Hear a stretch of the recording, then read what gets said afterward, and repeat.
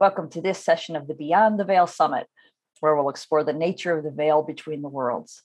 I'm Lisa Bonise, your host, and my guest for this session is Sherry Dillard. Our topic today is the 4 main ways we naturally connect with loved ones on the other side. Sherry Dillard is an internationally renowned psychic, medical intuitive, medium, and the best-selling author of 11 books, including Develop Your Medical Intuition and Activate Your Natural Wisdom for Optimum Health and Well-Being.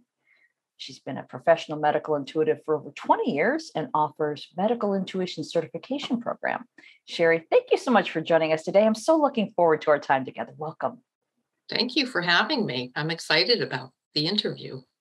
Yeah, me too, because today we're going to be talking about the 4 main ways that we naturally connect. And I love that we're talking about the natural connection because I think many of us are trying too hard. So let's start there. Maybe list the 4 ways and then we'll unpack each of them. Okay, sure. Probably the one way that I think we miss maybe the most is through our thoughts. A lot of times when somebody passes, we expect our connection with them, our interaction with them, and we hope our interaction with them. We want kind of a tangible something to hold on to. And that's normal that we want that. Of course, we want that.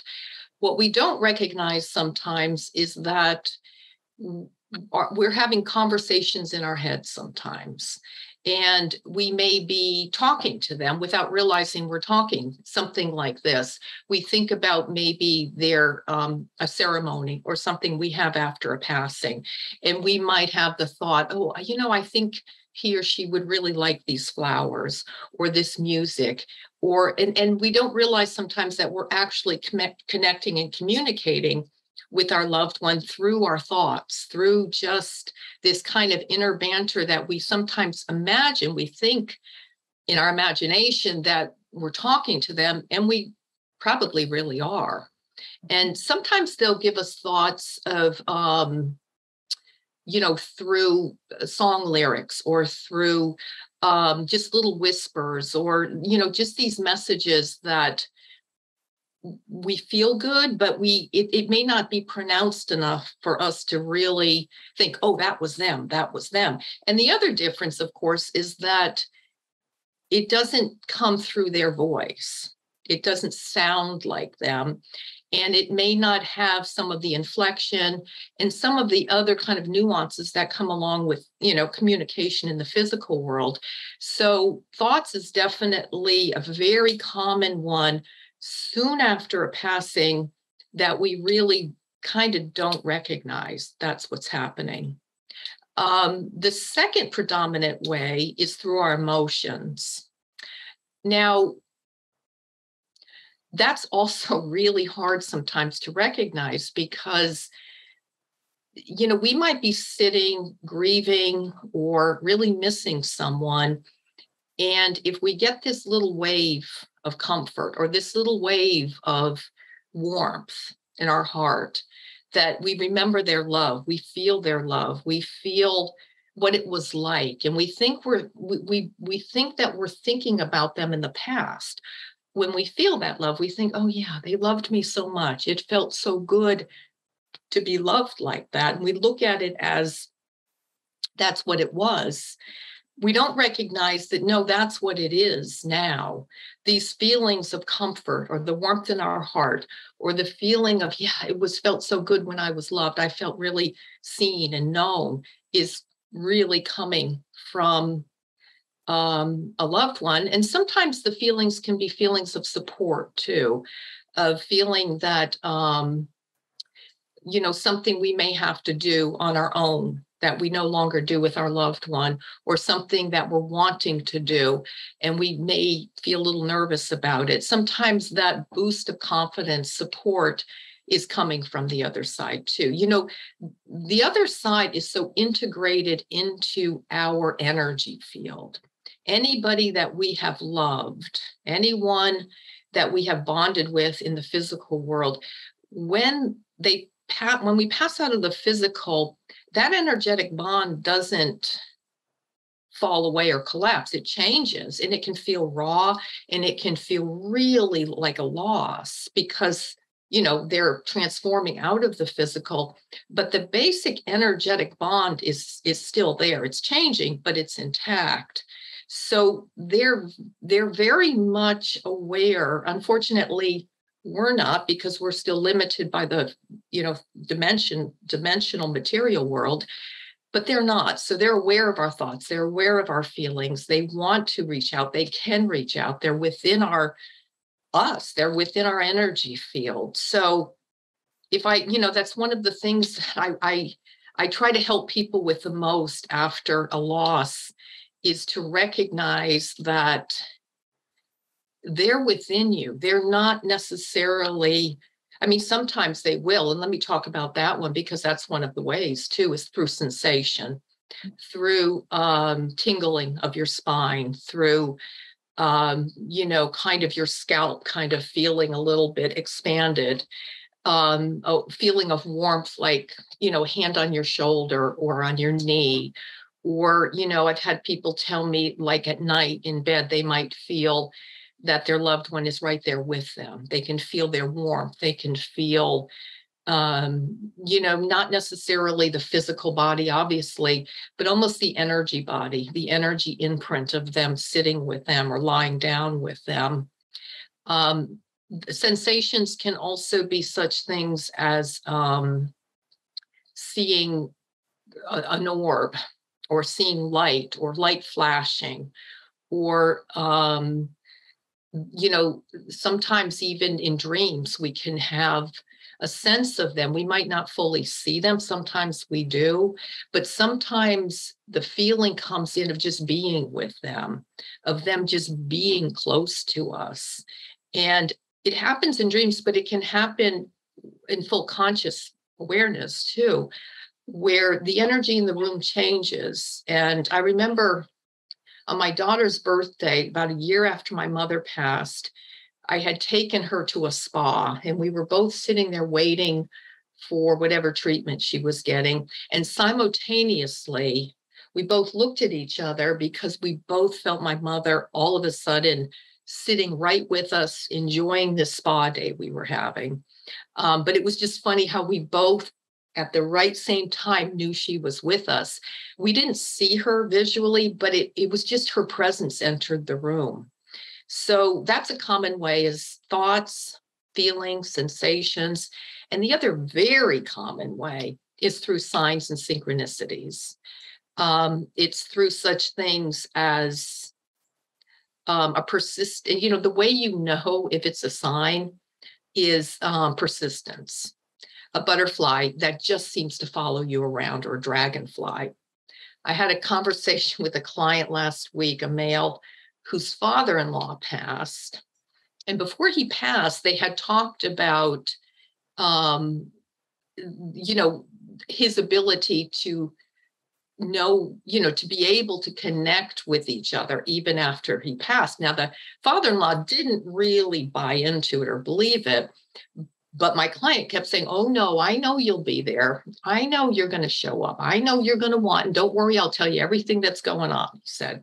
And he told me that a few weeks after his father-in-law passed, a dragonfly kept following him around, followed him into the garage, followed him out, stood by him while he was doing something in the garden. So finally he said, okay, and he just started talking to him and telling him everything that was going on. And he said, my neighbors will probably think I'm crazy because I'm leaning against the fence talking to a dragonfly. But he said, I know that that's my father-in-law, or, some consciousness connection to him. But birds, persistent birds are very common too, showing up the window, or, going outdoors, and the same bird keeps kind of circling or flying by. All kinds of animals. I had squirrels. I had a client also tell me about a squirrel that would come to her window and kept banging against the window, trying to come in. And she was for certain after like day 3 of it that it was a nephew of hers that had passed. So synchronicities goes along with signs. Synchronicities is such things as, I'll tell you, one of the best ones I ever had with a client was he was Irish family. And during the burial, it was outdoors in a garden, and out of nowhere, a man playing bagpipes walked by, stopped, and played some song that was symbolic of an Irish burial, and then just kept walking. Nobody knew where he came from. Nobody knew who he was. Nobody hired him. But that's one of the best synchronicities. Yeah, it kind of changed everybody's life that was there to see that. But synchronicities can come in other ways that are maybe opportunities that show up that seem to come at like good luck, Like, I don't know how that happened. A lot of times when someone passes and they want to repay us or express their gratitude or their love for the kind of things that we have done for them maybe before they pass, we'll have these special little blessings that come our way. And that is coming also from the efforts and the love of those on the other side. Yeah. Wow, that is such a wonderful listing. And I know that we're just scratching the surface. This is really, and those are great stories. Thank you so much for sharing them. Let's start back up at the top again with thoughts, because I know as you were talking, I was thinking I can relate to that. That's yes. But then the question comes to mind is, how do you differentiate? What's your mind's chatter or wishful thinking? Oh, I wish I was hearing from them, or I think that's them, et cetera, from actual messages. Yeah, it takes time. Give yourself lots of time. And the other interesting thing is what happens when we try to figure that out is that we can sometimes stop the process and the flow of it too, because we get into analytical thinking. So it's a very delicate kind of balance to be able to be aware and discern, and at the same time, not overthink what's happening. When it comes to our loved ones, which is very different than, let's say that you have a loved one pass over and you go to a medium, a professional medium. When I do medium readings for people, I have to give, and I'm happy to do it, but I give information that is very concrete because that's what they want and need. Maybe what the person looked like, details about maybe whatever. I mean, there's always different things they bring in, but verifiable details about who they were, personality, names, all different kinds of factual information. So when our own loved ones pass over, we sometimes think that what comes in is almost going to be like a professional medium, in that it comes in strong. It kind of surprises us. It kind of like we believe, like we have that shift and think, oh yeah, that's really him. Part of the issue, it's this interesting balance again, because it's actually easier to connect with our own loved ones. And at the same time, it's more difficult because they're always there. They're with us. To get back to the question though, part of the way to discern is to keep that easy balance and not to over expect it to feel a certain way. The funny thing is when it's our loved ones, it's very gentle usually. I mean, now sometimes they'll come in and they'll say something that will surprise you. I've had that with my own loved ones where I've been kind of given information, but of course I do this for work, so it's different. But it was clearly information I didn't know. Now, sometimes that will happen, but normally what's going to happen is this more gentle flow that feels natural. And the way I advise people to kind of become more aware, if it's a loved one or your own thought patterns, is to listen and also at the same time kind of gently ask some questions and pause. Just imagine like saying something easy like, are you happy? Or have you seen family? Or what family have you seen? Or just something gentle like that. And then just pull back a little bit, pause. And sometimes you will immediately get a sense of a reply. It's going to feel like it's not their voice. It's not necessarily nuanced with who they are. But you'll get a sense of, yeah, I didn't, that's a surprise to me, or you'll just get a clearer sense as to kind of try to dialogue more. That and the other, like I said, sometimes it will be surprising, but not always. The other thing is that one of the things that will really help, but it's going to take a little bit longer, is to ask a question, pause, and then let it go completely. Don't even think about it. And then when you're doing something else mundane, driving the car, folding laundry, whatever it might be, it'll slip in. And that's when you know too, because you're not even thinking about it. You know what I mean? Yeah. So that's probably, and being patient and taking time with that. Yeah. Okay. Yeah, that makes a lot of sense. Now, as you were talking about emotions, feelings, etc. Again, I was completely relating to that. But I'm wondering then, what was coming to mind is, you hear a song that reminds you of somebody, and then you feel that, oh, I loved being with this person. I know they loved this song, etc. But then maybe that song makes you feel so horrible because the nostalgia of it's so strong and it's so painful.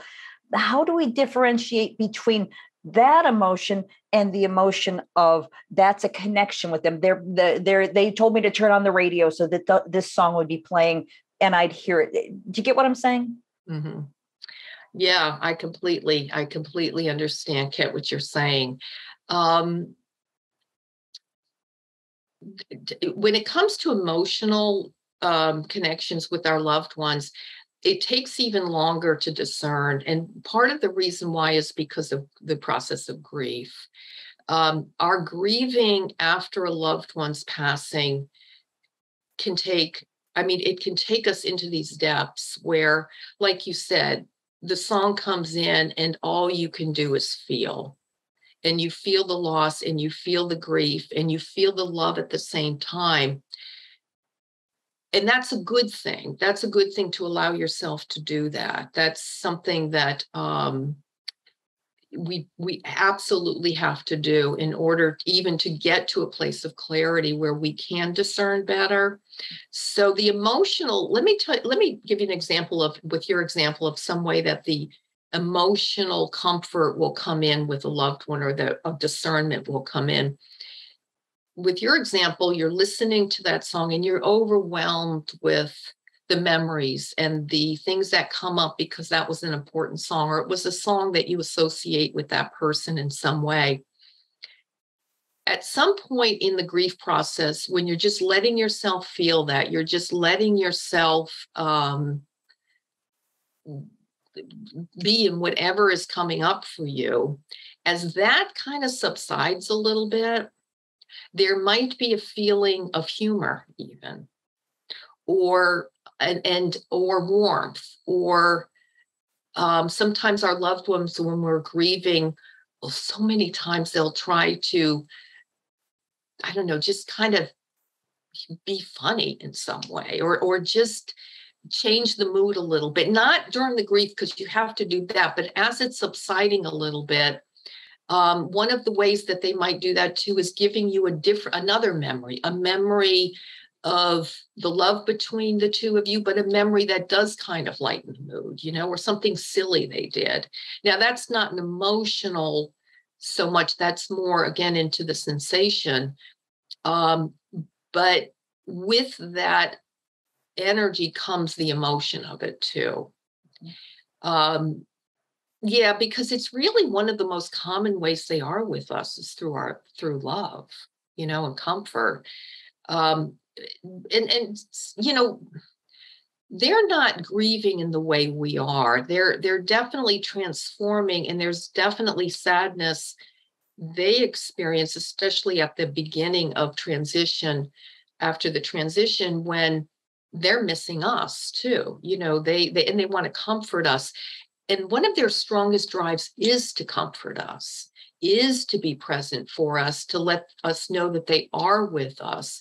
So in some ways, it is, even though it's very intangible, it's very common, and it can be quite strong too, to just, have some kind of feeling. And the other thing I want to say is these are the four main ways, but they do intersect with each other. Sometimes the sensation part of this will come in where you feel their presence, as in more somatically, but you also feel with that presence their love too, mm-hmm. Or something funny comes up, you remember something, or you hear something with their presence, and that's a thought. Thought also includes listening and hearing too, where, they might be talking about something or bringing something up through a thought that you hadn't been thinking about. So they do kind of work with each other too, to kind of help you to, be more clear when they're present. Mm-hmm. Yeah. Okay. Thank you for that one. Now, I'm also wondering about when it comes to sensations. I can relate to what you were saying about the top of your head. I feel it tingling, like I've just been plugged into a socket, and it just. But personally, I don't get a lot of sensation. I get it. We all have our own ways of connecting. So let's talk about that for just a minute, about how maybe we shouldn't have expectations about things coming through in another way, so that we negate different ways because it's not showing up the way that we appear. Like once in a while, I'll smell roses out of the blue when there are no roses. It's not the season for it. No. Oh, that's my mom. But it doesn't happen very often. My way of sensing is completely different. So how does that work? Yeah, well, I've written probably 4 or 5 books about that. That was the main reason I started writing, was to help people to understand that we all have pretty unique modalities for intuiting. One of the reasons I had such a strong desire to do it is that I would see people in classes, especially, where they had in their head this expectation that this is what it means to be connecting with the other side. I should be getting this information this way. And I would talk and discuss things about, well, what did you experience? Because right away they'd say, oh, no, I didn't get anything. And the more we talked, I realized, oh, yes, you were really connecting. It wasn't what you thought it meant to be connecting, but you were connecting. And that's important, very, very important question, because once we become more familiar with our strengths in intuiting and in connecting and feeling the other side, or whether it's through our thoughts or through our emotions or through clairvoyance, which we see, or through clairsentience, which is, again, more sensation and feel. We all do, and we all have a combination, but most people have somewhat more of a strength in that. Now, what kind of makes it a little bit more complex with the other side is they have their strengths too. And so it's our strength, but it's also their strength. And what complicates it even more is that they try out different ways of communicating too. They will try lots of different ways. And I've had them like, oh yeah, I'm working on that, because they want to become more efficient at connecting with us too. So your mother probably really felt, she loved roses, I take it. Mm-hmm. So she would know that you would identify with her through that you would know it's me. So I'm sure she worked really hard, because I'll tell you, that's one of the harder ways for them to come through. They have to work at these things too. just like we do. It's one thing to have natural talent, which we all have, but what really makes the difference is really practice, learning about it, and committing our energy to it in some form. And it's the same on the other side. Now, they do have, a leg up on us because they're psychic by nature on the other side. That's kind of how we are. But to break through into the material world, I mean, they learn, they practice. So sometimes they'll come through really clearly and be like, yes, I got it. I did it. Yeah, I got it. And then they'll try something else, or let me go back to that. So we're always with our loved ones. We're always a work in progress with our connection and communication. Yeah. Wow. That makes so much sense. I'm so glad that you explained that they have to learn how to do this too. And this brings us to the signs and synchronicities. My dad, when he passed, I mean, it was like he mastered it. Boom. He sends so many signs and so many symbols that my daughters and I were just like, oh, I saw grandpa.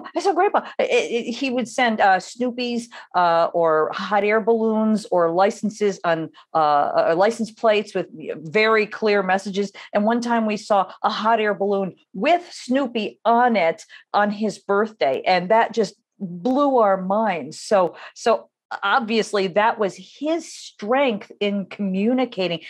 Do you mind? I don't know if you can even answer this question, but what would make one of these four ways easier for one person, being loved one on the other side, whatever we're calling them?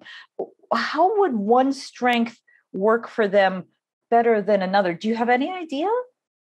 I love that example. That is amazing. That is one of the best. That is just so, you've got a great father. How adorable is that? A hot air balloon with a Snoopy on his birthday. I mean, thumbs up. He did it great. Yes, he did wonderful. I love that. But yeah, I have thought about it. And I've also connected with spirit quite a bit and talked to them, my guides, about this too. And what I'm told is that now we're in the physical. Let's say we're in a relationship with someone in the physical. They're not a big talker. How we connect with them, how we know, it's kind of like one of those love languages things. We all have strengths. They're not a not talker, but maybe they like to do things for us, or to joke, or to get our attention in funny ways. They like the attention of it,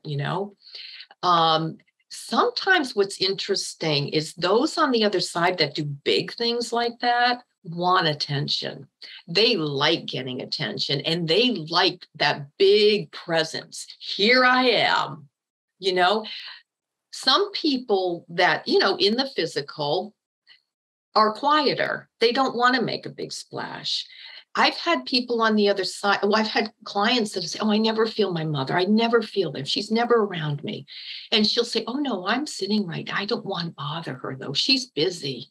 I don't want to interrupt. I'm okay. I'm just sitting here supporting her. She doesn't need to know I'm here. Some are like that, where they're subtle. They feel like they don't want to intrude on us. So they pull back a little bit, So if you had a relationship with someone who liked to joke and liked to light up a room, you're going to probably get more signs from them like that. If it's someone who you connected with more through conversation, support, you'll probably share more thoughts with them. If it's someone who loved to hug you and loved to be physical and hold hands or take walks and look at the sunset, it's probably more sensation. And if it's someone who really felt like, oh, I love you, it was the feeling level, it was the support they gave you, it was, just being there for you, you'll probably feel more feeling from them.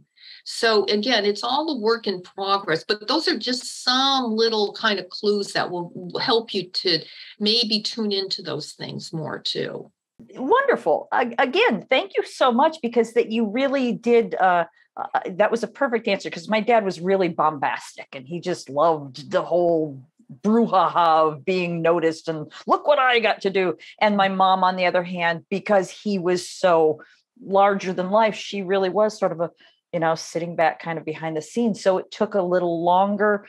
I don't know if it took her longer to get through to us, or we weren't as open. I don't know. I haven't really thought about that, but what you were just saying really helped to sort of answer why he got through more strongly and immediately, and why it took her a lot longer, and her messages are a lot more subtle. So yeah, that was very helpful. Thank you.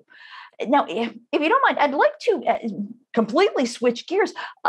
We've been talking about people who, we've been sort of focusing on people who have recently crossed over, as opposed to people who've been gone for a long time. And I know that there are many people who they want to be at the deathbed. They want to be there when the person passes, so perhaps they can experience, this moment. And I know that sometimes you'll go to get a cup of coffee and come back and they've passed, or go home and take a shower, et cetera, or whatever. And from my understanding is that people choose to wait until they're alone.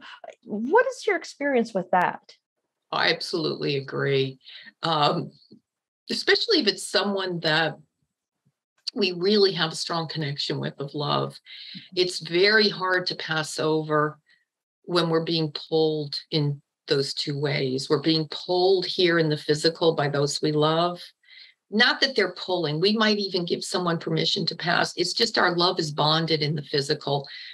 And it's hard to release. It's hard to let go. We want to, it's actually not even want sometimes. It just is what it is. And it's that energetic connection. When someone leaves the room, I've had so many stories about this too, and so much guilt people carry because, like you said, they go to get a cup of coffee or they need a shower and why couldn't I have stayed? Why didn't I, and our loved ones, and it's not just our loved ones. I mean, really, it's also loved ones on the other side, and it's, our guides and angels taking that opportunity, and we take that opportunity where we can release and let go. Mm-hmm. Mm-hmm. Yeah. Yeah.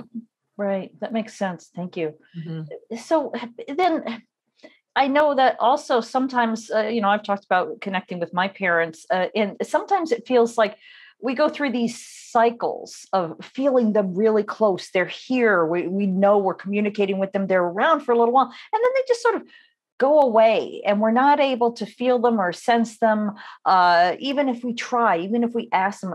So how does that happen? Can we bring them back at will, or is there a reason that they've moved away for a little while? Yeah, that's so common too. Usually what I've found is that soon after someone's passing, people will very soon after have some sense of them being present, whether in the different ways we talked about. And then I will usually maybe a year, maybe sooner or later, 2 years, somewhere within about 2 years or so, people begin to not feel them anymore, or to really worry about that too, that they're not with me. What happened? What's happening is that they're evolving. When people first pass, they're holding more of the energy that feels familiar to us. They're still somewhat identified, even though they don't have a physical body, they're still vibrationally identified more with that vibration of being here, that denser vibration. So it's somewhat easier to feel them in some ways because of that. When people transition after a certain amount of time, and one of the big reasons when people start to, they don't feel them anymore, is as they're actually going through the life review and moving into a higher vibrational, part of that evolutionary process. They're still with us, but they don't feel like they did as much when they were here. So we have to kind of know that they're still with us always, because, on the other side, when we're not in the physical, we have the ability to be multi-dimensional, multitasking. We can be here and we're, there's not space and time like we think. So we don't really go anywhere. We're just vibrationally different. and they're in our heart. They're still part of our energy. So it's kind of like we evolve too. And I wrote the book, I'm Still With You, as kind of that evolutionary journey of how we can evolve with our loved ones, because as we evolve here and we kind of pay attention to our spiritual growth and path, we can actually be bolstered with our loved ones' evolutionary process. And we can do it maybe not together, obviously, but as they evolve, we can kind of grow also in with them in the way that we when we do that, it's amazingly beautiful, because we reach higher vibrational frequencies and understanding and love. We experience so much more. It can be this whole expansive kind of awareness blossoms with us, in us, with their help. So it's an amazing process if we're conscious enough to take it too. Mm-hmm.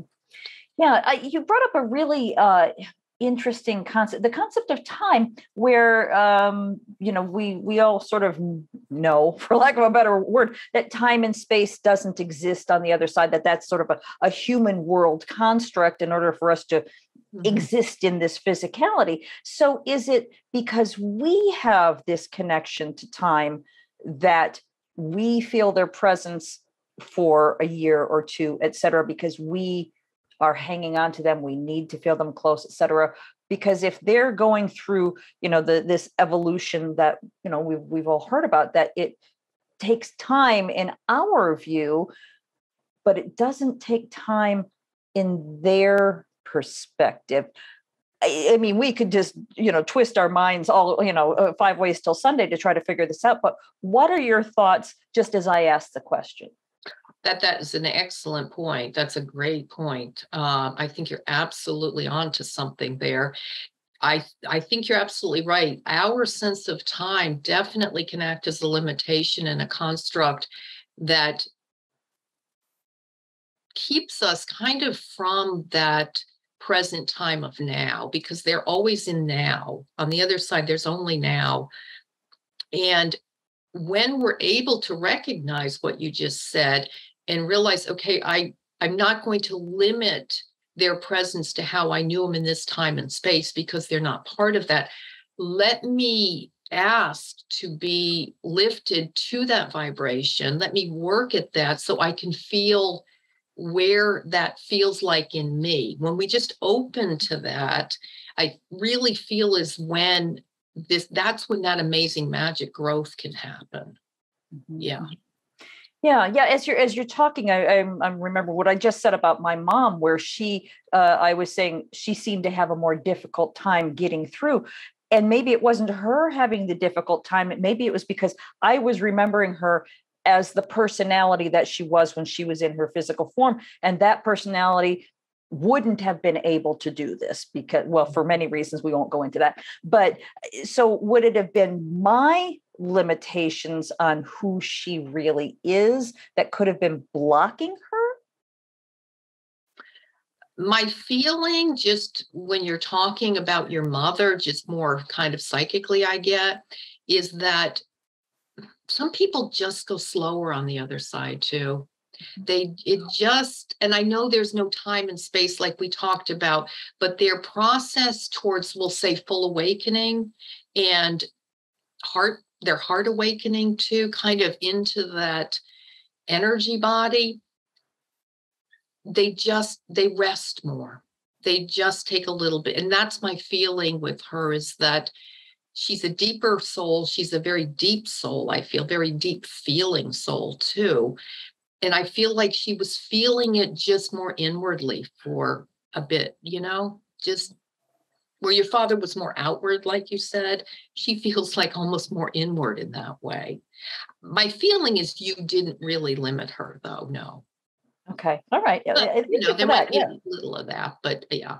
Yeah. I can see that, because that was her basic personality, and she's going to carry that with her as she, moves through time and space on the other side, et cetera. So yeah, I can see how it might be just a little bit of both, where I'm expecting this from her because that's oh, this is so hard to come up with the words. I was going to say the reality of it, but reality isn't really the right word either, is it? Yeah, this is, wow, we could just dive into this and twist our minds around for days. This has been really interesting. I want to make sure before we go any further in our conversation, though, that I mention your website. I don't want to get sidetracked. It's sherrydillard.com. Easy enough. What will people find if they visit you there? Oh, lots of things. I've got, basic information, and I've got videos and articles, a blog. So there's a bunch of things there. Yeah.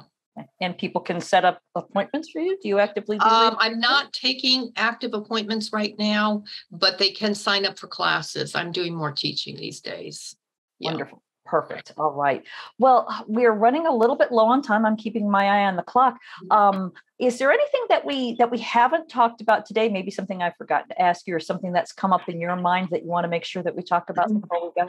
Well, I think we did pretty thorough. I feel like I would ask people to be inspired, perhaps, to open, kind of like we talked about, and really realize that the relationship with our loved ones is not just our past, it's also our future, and it's also our now. And that's the thing to keep in mind, is our loved ones on the other side are a bridge to being present and in the now. Yeah. Right. Beautifully stated. Thank you again, Sherry. This has been...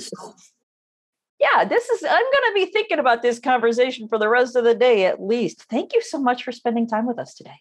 Thank you so much for having me. I so much appreciate the interview and the time you've taken in our reality. Yes, absolutely. The pleasure is all mine. I want to remind everyone, I've been talking with Sherry Dillard, and I hope you enjoyed this conversation in the Beyond the Veil Summit.